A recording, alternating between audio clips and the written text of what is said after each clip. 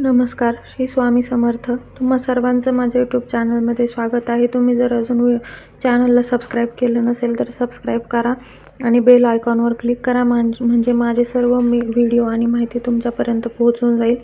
तर आता गुरुपौर्णिमा झालेली आहे. आपण सर्व स्वामी सेवक गुरुपौर्णिमेच्या या सप्ताह काळामध्ये स्वामी महाराजांची सेवा करत होतो. तर आता आपण आपल्या पुढच्या सेवांकडे या व्हिडिओमध्ये वळणार आहोत. तर आता आपल्याला आषाढ महिन्यात कोणकोणत्या सेवा करायच्या आहे त्यापैकीच एक सर्वात महत्त्वाची सेवा म्हणजे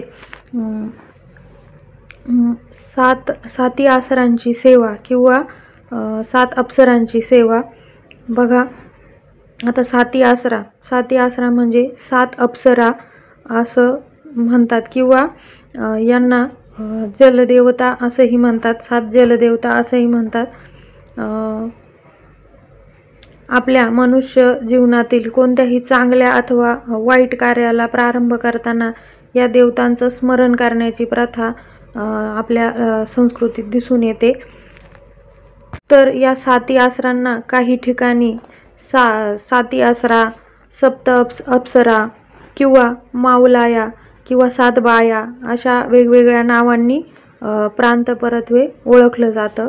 तर आषाढ महिन्यामध्ये या साती आसरांचा विशेष मान सन्मान करण्याची प्रथा आपल्या संस्कृतीत आहे. म्हणून आषाढ महिन्यामध्ये आपल्याला या साती आसरांचा किंवा 7 बायांचा विशेष नैवेद्य दाखवून किंवा त्यांचे विशिष्ट पद्धतीने ओटी भरण करून त्यांचा मान सन्मान करण्याची पद्धत आहे. तर आपण आज या व्हिडिओमध्ये या साती आसरांची ओटी भरण कसं करायचं, नैवेद्य कसा दाखवायचा, त्यांचा मान सन्मान कसा करायचा हे बघणार आहोत. बघा, आषाढ महिन्यात साती आसरांची 7 अप्सरांची पूजा करण्याची प्रथा आहे. या 7 अप्सरांना जलदेवता मानलं जातं आणि त्यांची पूजा विशेषतः आषाढ महिन्यातच केली जाते. आषाढ महिन्यात विशेषतः आखाड तळण्याची प्रथा आहे आणि या महिन्यात साती आसरांना नैवेद्यही दाखवला जातो, त्यांची ओटी भरण केलं जातं, त्यांना मान सन्मान दिला जातो. तर साती आसरांना जलदेवता मानलं जातं आणि त्यांचं वास्तव्य तलाव, विहिरी, जलाशय इत्यादी ठिकाणी असतं किंवा एखाद्या ओढ्याच्या कडेलाही साती आसरांचं ठिकाण असतं. काही ठिकाणी अमावस्या आणि पौर्णिमेला या साती आसरांची पूजाही केली जाते. या अप्सरा नेहमी 7च्या संख्येने वावरत असतात, म्हणून त्यांना 7 आसरा म्हणतात. तर आपल्याला आता आषाढ महिना सुरूच आहे. आपल्याला या आषाढ महिन्यात या साती आसरांचा मान सन्मान हा करायचा असतो. तर तो कशा प्रकारे करायचा, तर तुमच्याकडे जिथे कुठे विहीर, तलाव, नदी, नाल्यांच्या ठिकाणी या साती आसरांचा स्थान असेल किंवा मंदिर असेल, तिथे जाऊन तुम्हाला या साती आसरांचा मान सन्मान करायचा आहे. तर यांना नैवेद्य दाखवताना साती आसरांचे 7 नैवेद्य, 1 म्हसोबाचा नैवेद्य आणि 2 गाडीवानांचे नैवेद्य असं 10च्या संख्येने तुम्हाला नैवेद्य करायचा आहे. आणि याच्या इतर 1 त्रिशूलाचा नैवेद्य आणि 1 तिथे होम असतो त्या होमाचा नैवेद्य, असे तुम्हाला 12 नैवेद्य घेऊन जायचं आहे. आणि याचसोबत तुम्हाला साती आसरांचा जो मान सन्मान करायचा आहे म्हणजे ओटी भरण करायचं आहे, त्या ओटी भरणामध्ये तुम्हाला साती आसरांसाठी 7 ओटी भरण न्यायचं आहे. 7 ओटी भरण म्हणजे ब्लाऊजचा पीस असेल तर ते तुम्हाला 7 न्यायचे आहे. तुम्ही त्यावर बांगड्या ठेवायच्या आहे, तेही 7 वेगवेगळं घ्यायचं आहे. सर्व जे काही घेणार आहात, 7 नारळ घ्यायचे किंवा 7 खोबऱ्याच्या वाट्या तुम्हाला न्यायच्या आहे, 7 लिंबू न्यायचे आहे. तुम्ही जो काही मान सन्मान करणार आहात तो 7च्या संख्येने करायचा आहे. म्हणजे 7 वस्तू तुम्हाला या ओटी भरणाच्या किंवा सुवासिनींचा जो शृंगार आहे तो 7च्या संख्येने न्यायचा आहे. काही ठिकाणी किंवा काही स्त्रिया असं करतात की जे ओटी भरण करतात 7 मावलायांचं, ते फक्त एकच ओटी भरण नेतात आणि 7ही जणींना एकच ओटी भरण ठेवत असतात. तर ही चूक करू नका. या साती आसरा या ज्या आहेत त्या 7 वेगवेगळ्या बाया आहे, 7 अप्सरा आहे, म्हणून त्यांना 7 जणींना वेगवेगळं 7 ओटी भरण द्यायचे आहे. आणि तुम्हाला सर्वप्रथम गेल्यानंतर आधी साती आसरा ज्या आहे त्यांचा मान सन्मान करायचा आहे, त्यांना नैवेद्य पाणी दाखवायचं आहे, त्यांना हळदी कुंकू लावून धूपदीप ओवाळायचा आहे, गंध अक्षता फुले वाहायचे आहे, यानंतर त्यांना नैवेद्य दाखवायचा आहे, ओटी भरण ठेवायचं आहे आणि यानंतर तुम्हाला म्हसोबाची पूजा करायची आहे। आधी साती आसऱ्यांची पूजा करून घ्यायची आहे, नंतर म्हसोबाची पूजा करायची आहे। आता म्हसोबाच्या पूजेमध्ये तुम्हाला म्हसोबाला कुठला नैवेद्य दाखवायचा, तर म्हसोबाला मांसाहाराचा नैवेद्यही दाखवला जातो किंवा म्हसोबाला एक बाजरीची चाणकी करायची, त्यावर हिरव्या मिरचीचा ठेचा, एक कांदा ठेवायचा आणि यासोबतच एक अंडही म्हसोबाला तुम्ही नैवेद्य म्हणून ठेवू शकतात। यानंतर यानंतर म्हसोबालाही आपण शेंदूर लावायचा आहे।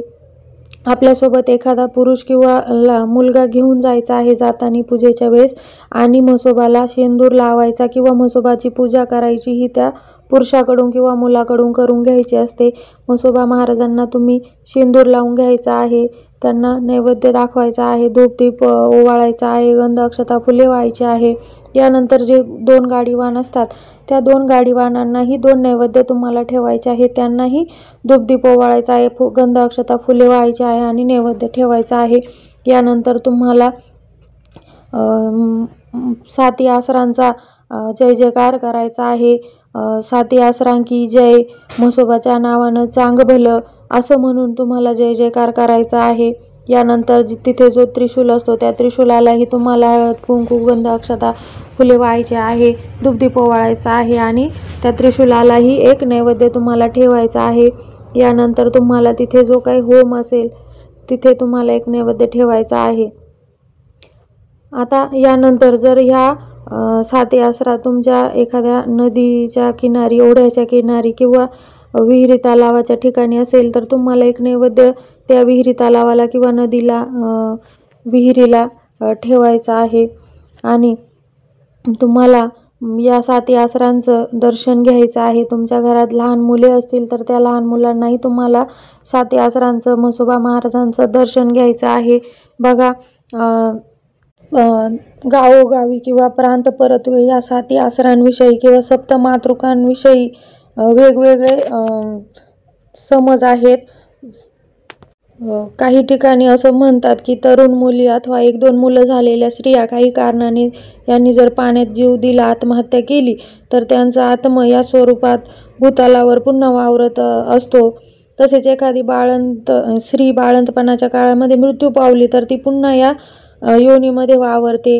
याचाच अर्थ असा की ही योनी पिशाच स्वरूपाची आहे, म्हणजे ज्या 7 अप्सरा आहे, 7 आसरा आहे त्या पिशाच स्वरूपाच्या योनीच्या आहे असा समज प्रचलित आहे, अशी अंधश्रद्धा आहे। यांचं वास्तव त्यामुळेच विहीर, तळे, जलाशय इत्यादी ठिकाणी असतं, म्हणून त्यांना जलदेवता म्हणतात। जर अमावस्या पौर्णिमेला एखादा मनुष्य पाण्यात बुडाला तर त्याला अप्सरांनी ओढून नेलं अशी अंधश्रद्धा आहे। या अप्सरा नेहमी 7च्या संख्येने असतात म्हणून त्यांना 7 आसरा असं म्हणतात। बघा, जर तुम्ही शहरात राहत असतील, तेथे तुम्हाला या साती आसरांचं मंदिर किंवा स्थान माहीत नसेल तर तुम्ही या साती आसरांची पूजा ही घरीही करू शकतात। त्यासाठी तुम्हाला तुमच्या देवघराची जागा स्वच्छ, देवघरा शेजारील किंवा जिथे तुम्हाला या साती आसरांचं पूजन करायचं आहे तिथली जागा स्वच्छ करायची आहे। यानंतर तुम्हाला 7 छोटे छोटे दगड घ्यायचे आहे आणि एक म्हसोबाच्या नावाने दगड आणि 2 गांडीवाड असे 10 छोटे छोटे दगड तुम्हाला घ्यायचे आहे। तुम्ही जी जागा स्वच्छ केली आहे त्या जागेवर तुम्हाला ठेवायचे आहे ते दगड। जर तुम्हाला घरात पूजा करायची नसेल तर तुम्ही तुमच्या घराच्या बाहेर गॅलरीमध्ये किंवा वरती गच्चीवर किंवा तुमच्या घराजवळ रिकामी जागा असेल तर तेथे शेणाने स्वच्छ सारून तेथेही 10 दगड मांडून तुम्ही पूजा करू शकतात।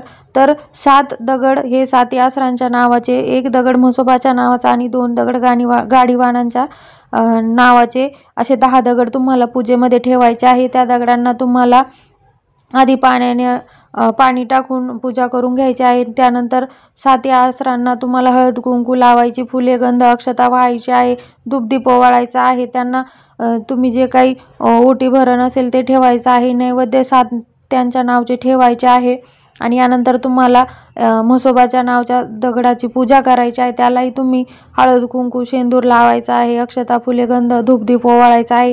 त्यानंतर तुम्ही एक नैवेद्य दाखवायचा आहे. आता म्हसोबाला कोणता नैवेद्य असतो तर बाजरीच्या भाकरीचा, हिरव्या मिरचीचा ठेचा, कांदा आणि एक अंड असा म्हसोबाचा नैवेद्य असतो, तो ठेवायचा आहे. 2 गाडीवान आहे त्यांना तुम्ही सात्विक नैवेद्य ठेवू शकतात. तर मावळ्यांना पुरणपोळीचा नैवेद्य केला जातो. परंतु जर तुम्हाला वेळ नसेल, आजच्या धकाधकीच्या जीवनात आपल्याला खूप साऱ्या जबाबदाऱ्या असतात, त्यामुळे वेळ नाही मिळाला तर तुम्ही डाळ भात, मेथीची भाजी, भजे, कुरडई, पापड किंवा एखादा गोडाचा पदार्थ, खीर किंवा शिरा याचाही नैवेद्य तुम्ही या 7 आसरांना किंवा मावळ्यांना ठेवू शकतात. आता यानंतर तुमच्या घरात जे काही लहान मुलं असतील त्यांना तुम्ही या 7 आसरांचं दर्शन घ्यायला सांगायचं आहे किंवा तुम्ही त्यांना पाया पाडायचा आहे. बघा, ज्या घरामध्ये लहान मुले असतात त्यांना ते जर त्रास देत असतील, काही चिडचिड करत असतील, तर बऱ्याचदा त्यांना 7 आसरांचं दर्शन घ्यायला सांगितलं जातं. कारण या 7 आसरा या लहान मुलांना या 7 आसरांचं दर्शन हे लहान मुलांनी घेतलंच पाहिजे, अशी प्रथा आहे आपल्याकडं. तर मग तुम्ही अशा प्रकारे आषाढ महिन्यात या 7 आसरांचं, 7 मातृकांचं किंवा मावळ्यांचं अतिशय विधिवत त्यांचा मान सन्मान करायचा आहे, त्यांचं ओटी भरण करायचं आहे, त्यांना नैवेद्य दाखवायचा आहे. बघा, आपल्याला ज्याप्रमाणे आपल्या सर्व देवी देवतांचा आशीर्वाद हवा असतो, तसंच आपल्याला या 7 अप्सरांचा किंवा मावळ्यांचाही आशीर्वाद तितकाच महत्त्वाचा असतो. म्हणून कोणत्याही शुभ कार्याला, समजा लग्न असेल किंवा इतरही काही शुभ कार्य असतील, तर त्यावेळेस आपल्याला या 7 आसरांचा किंवा 7 मातृकांचा किंवा मावळ्यांचा मान सन्मान करायचा असतो, त्यांना नैवेद्य वगैरे दाखवायचा असतो. तर या आषाढ महिन्यात या 7 अप्सरांना किंवा मावळ्यांना आपल्याला मान सन्मान करायचा आहे. अशा प्रकारे तुम्ही या 7 अप्सरांचा आषाढ महिन्यामध्ये मान सन्मान करायचा आहे, नैवेद्य करायचा आहे. तर आजची माहिती आवडली असेल तर व्हिडिओला लाईक करा, शेअर करा, कमेंट करा आणि महत्त्वाचं म्हणजे चॅनलला सबस्क्राईब करा. अशाच नवनवीन माहितीसाठी चॅनलला सबस्क्राईब करा आणि बेल आयकॉनवर क्लिक करा, म्हणजे माझ्या सर्व नोटिफिकेशन्स किंवा सर्व व्हिडिओ तुमच्यापर्यंत येऊन जातील. माहिती आवडल्यास चॅनलला सबस्क्राईब करा. धन्यवाद. श्री स्वामी समर्थ.